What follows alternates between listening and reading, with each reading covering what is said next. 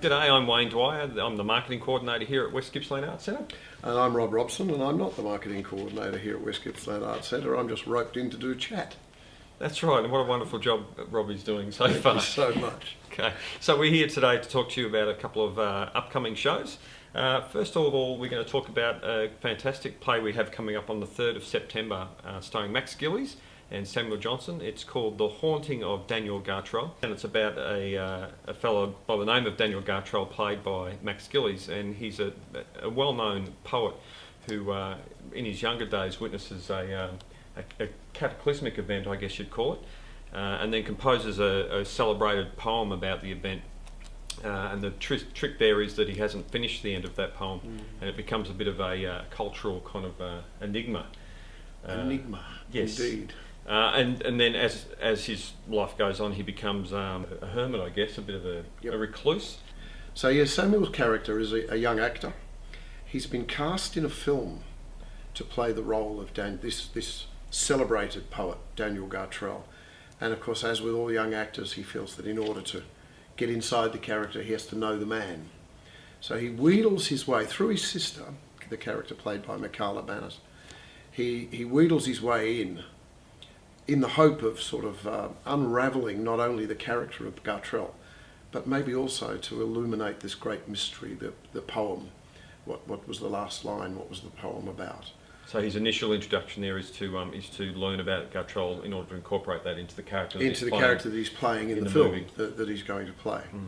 But Gartrell plays games, and so it becomes this sort of intriguing cat and mouse game. Is Gartrell everything he seems to be? What is the man behind the man, and what is the enigma behind that experience that he had? So the play kind of unravels, opens up, suggests ideas, and then heads off in other directions. I think what's really nice about it, this play's from the pen of Reg Cribb. Yes. Now, our community locally will know Reg Cribb's work through two productions recently mounted by Off the Leash Theatre Company. They were Last Cab to Darwin and The Return. The Return was a very confronting piece. And as with Last Cab, Reg Cribb kind of gets inside the darker side of Australian suburbia. David Williamson does the middle class angst. Reg Cribb kind of hits the streets, and so this is a really interesting play. I'm quite looking forward to it. The original cast, the company's called Straight Jacket Productions, and Samuel Johnson's one of the founders of that company. And they originally staged this production in Sydney with John Wood in the key role.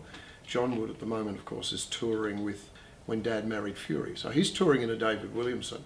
We just saw him there this year in the club. The club, which was fantastic too. And Max Gillies is kind of back from doing comedic parody work to doing some fairly intense straight acting. So it's quite interesting to see that kind of change of roles of our iconic actors. And of course, Max Gillies, well known from the Gillies Report, and Samuel Johnson from Secret Life of Us.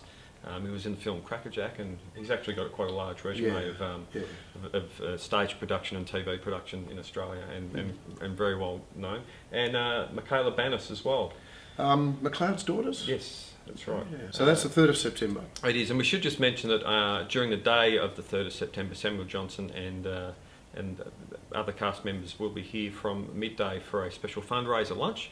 Unfortunately, Samuel Johnson's sister is suffering from a very aggressive form of breast cancer, and her challenge to Samuel was to raise money by riding a unicycle as far as he could around Australia. So he's actually breaking the world record. So if you can get along to that lunch during the day, it's on the 3rd of September from midday. Midday for 12:30 start. That's right. 2-course lunch, champagne on arrival. Samuel Johnson will do a presentation on his Lovely Sister project, which he's embarking that we spoke of, and then a bit of a Q&A about the play. And if you attend the lunch, you can get a nice cheap ticket to the evening show as well. You can. We're putting a special price on there of $35 per ticket if you attend that lunch as well. And $60 is the lunch ticket, but most of that will be giving straight to the fundraiser. Great cause, so please come along to that one. Meet the stars, and then of course enjoy the show that evening at 8 p.m. So just moving on from there, Rob, we're going to talk about a show coming up by Christine Harris and Hit Productions, a well-known Australian theatre production company, and they're bringing a very special show, which I'm really looking forward to, because I'm a bit of an Alfred Hitchcock movie fan, and the show is called The 39 Steps, and this is based on the actual... The novel. Yes. Based on, well, sort of based on the film, sort of based on the novel. Mm. So Patrick Barlow is an English writer. He's well known for writing these comedic pastiche type shows. This was a huge success on the West End. The gag is, I guess, that and it is a comedy. It's an unfettered comedy, quite different to Gartrell. This one is that 1940 style of adventure film, with the characters, you know, running up and down the countryside, hanging off trains, chasing each other in cars. There being mysteries, there's spies, there's Nazis, there's police, there's trench coats. So it's a bit like those femme fatales, those matinee kind of shows that you would get on a Saturday afternoon. Yeah. So I first came across 39 Steps. I reckon I would have been in about the equivalent of grade 6, and it was read. It was the serial book read to me by the class teacher. It was the John Buchan novel, The 39 Steps, and Richard Hannay is the star. He's the hero of the piece, and then Hitchcock, of course, made it into a really well-known black and white film. So the good thing about this, from an audience participation point of view, is there are 4 actors, and in order to tell the story, there's the need for about 150 characters.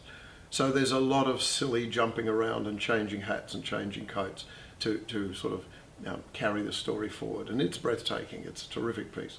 Okay, so that's 39 Steps, and that's coming up on Tuesday, the 15th of October. Tickets are available right now, and there's plenty of good seats left. So please come along and join us for that one. We're really lucky to have a production of that scale. Yeah. And have a look out for the posters around for that one, because I'm really into the poster. It's kind of a cartoonish type. Actually, it's got a 1930s, 1940s feel to the poster. So get along to that. And while we're here, we just quickly like to mention another show coming up. Rob and I saw a preview of this show back, I think, in February of 2012 at Showcase. This is a show called Everything Must Go. It's about a character called Nancy Brown, who is played by Rachel Leary. And we saw a quick preview of this and live on stage, and I got to say, I fell in love with the character of Nancy Brown. Set in Tasmania, and Nancy is having a garage sale, and she talks directly to the audience, and it's kind of a cross between, it's scripted, but it's almost stand-up as well. And the character of Nancy Brown is just... I think it's a situation many people can identify with, and she's lived on this property. It's her mother's property, it's her father's property. She's lived there her whole life, but funnily enough, developers have bought it up, and they're going to carve it up for a subdivision, and so she's got to sell up.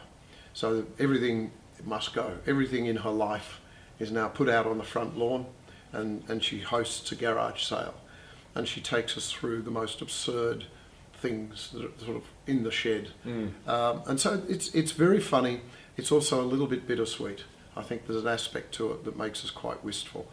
And we're presenting this in 2 places. So we'll be presenting it at the Trafalgar Public Hall, or the Community Hall, Public Hall, Trafalgar Public Hall, on the Tuesday evening, and then here at the Arts Centre on the Wednesday evening. Okay, so it's Tuesday the 17th of September and Wednesday the 18th of September.